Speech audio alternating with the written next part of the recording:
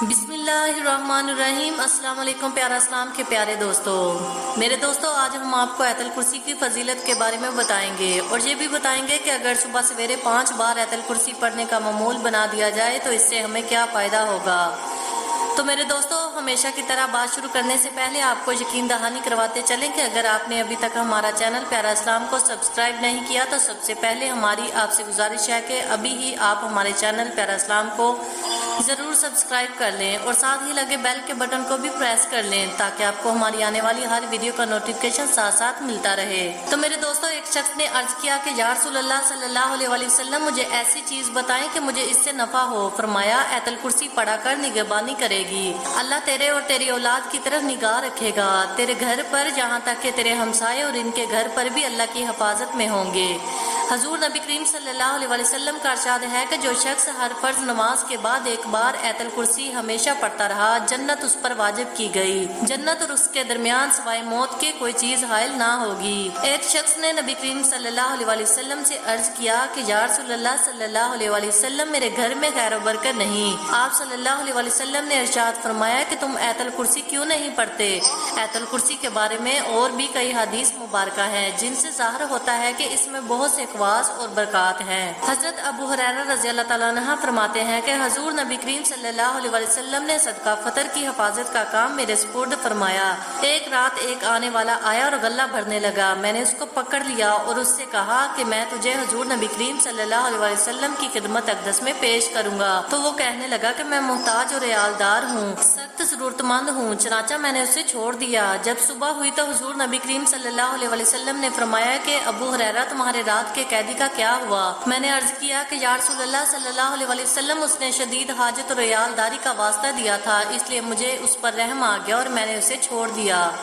حضور نبی کریم صلی اللہ علیہ وسلم نے فرمایا کہ اس نے جھوٹ بولا ہے اور وہ پھر آئے گا۔ اس پر مجھے یقین ہو گیا کہ وہ ضرور آئے گا، اس لیے یہ بات حضور سرور کائنات صلی اللہ علیہ وسلم نے ارشاد فرمائی ہے۔ چنانچہ میں رات کے وقت اس کا انتظار کرنے لگا کہ اسی اثناء میں وہ آ گیا۔ وہ غلہ بھرنے لگا، میں نے اس کو پکڑ لیا اور کہا کہ تجھ کو حضور نبی کریم صلی اللہ علیہ وسلم کی خدمت اقدس میں پیش کروں گا۔ وہ کہنے لگا کہ مجھے چھوڑ دو، میں محتاج اور عیالدار ہوں، اب نہیں آؤں گا۔ مجھے پھر اس پر رحم آ گیا اور میں نے اسے چھوڑ دیا۔ جب صبح ہوئی تو حضور صلی اللہ علیہ وسلم نے ارشاد فرمایا، ابو ہریرہ، تمہارے اس قیدی کا کیا ہوا؟ میں نے عرض کیا کہ یا رسول اللہ صلی اللہ علیہ وسلم، اس کی گراہوزاری پر آج پھر مجھے رحم آ گیا اور میں نے اس کو چھوڑ دیا۔ حضرت محمد صلی اللہ علیہ وسلم نے فرمایا کہ اس نے تم سے جھوٹ بولا ہے، وہ پھر آئے گا۔ چنانچہ میں اس کے انتظار میں تھا کہ وہ پھر آ گیا اور غلہ بھرنا شروع کر دیا۔ بس میں نے اسے پکڑ لیا اور کہا کہ آج تو میں تمہیں نہیں چھوڑوں گا اور حضور صلی اللہ علیہ وسلم کے پاس سے تمہیں ضرور لے کے جاؤں گا۔ وہ بولا تم مجھے چھوڑ دو، میں تمہیں ایسے چند کلمات سکھاتا ہوں جن کے پڑھنے سے اللہ تعالیٰ تجھے نفع دے گا،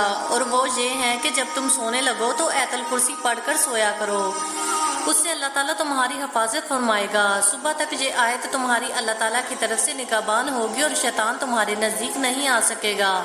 چنانچہ میں نے اسے چھوڑ دیا۔ جب صبح حضور نبی کریم صلی اللہ علیہ وسلم کی خدمت میں حاضر ہوا تو حضور نبی کریم صلی اللہ علیہ وسلم نے فرمایا کہ ابو ہریرہ، تمہارے قیدی کا کیا ہوا؟ میں نے عرض کیا کہ یا رسول اللہ صلی اللہ علیہ وسلم، اس نے مجھے چند کلمات سکھائے جن سے اللہ تعالیٰ نفع دے گا۔ حضور سرور کائنات صلی اللہ علیہ وسلم نے فرمایا کہ ابو ہریرہ، اس نے آیت الکرسی پڑھ کر سونے والی بات سچ کہی، حالانکہ وہ خود جھوٹا ہے۔ کیا تم نہیں جانتے کہ وہ 3 رات تک متواتر آنے والا چور کون ہے؟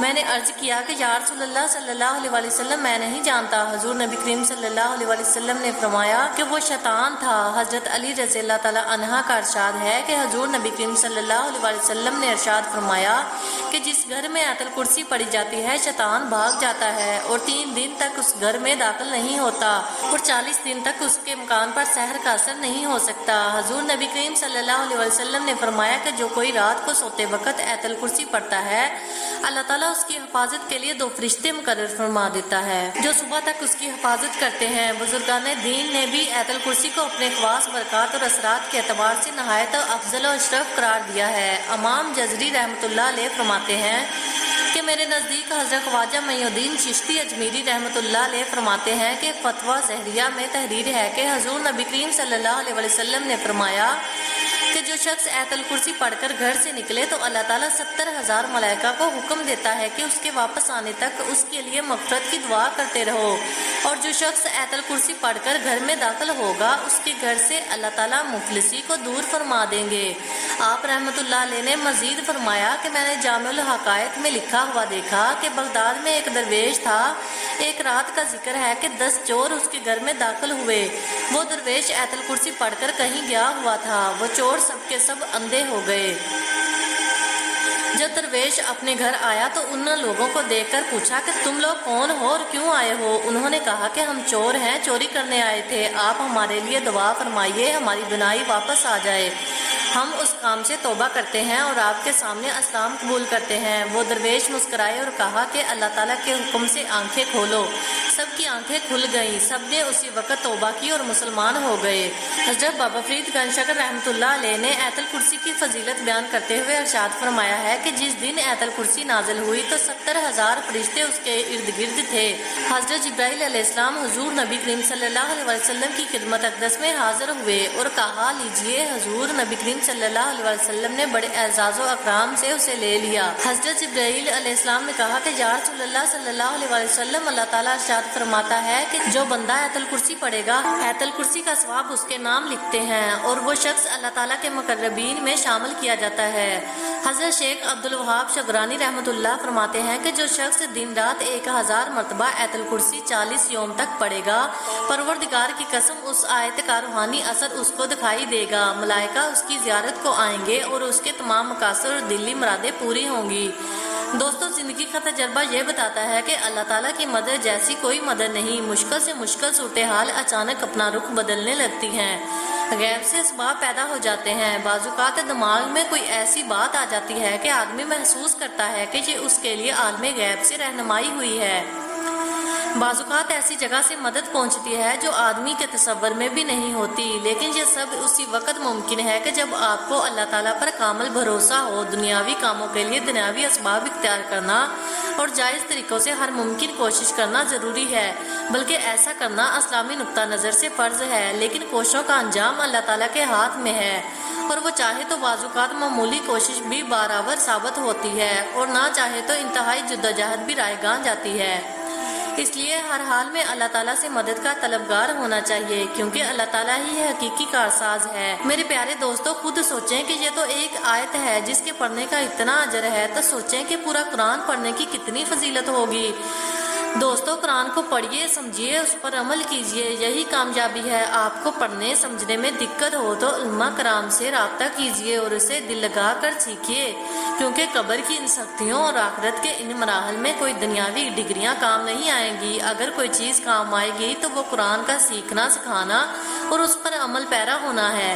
اللہ تعالیٰ سے دعا ہے کہ ہمیں قرآن کو سمجھنے کی توفیق عطا فرمائے اور اس کو ہمارے لیے حجت بنائے، آمین ثم آمین۔ آخر میں میرے دوستو، آپ سے وہی گزارش ہے کہ اگر آپ نے ابھی تک ہمارے چینل پیارا اسلام کو سبسکرائب نہیں کیا تو آپ ہمارے چینل پیارا اسلام کو سبسکرائب کر لیں اور ساتھ ہی لگے بیل کے بٹن کو بھی پریس کر لیں تاکہ آپ کو ہماری آنے والی ہر ویڈیو کا نوٹیفیکیشن ساتھ ساتھ موصول ہوتا رہے۔ اس ویڈیو کو شیئر کرنا مت بھولیے گا۔ جزاک اللہ خیرہ۔ السلام علیکم ورحمۃ اللہ وبرکاتہ۔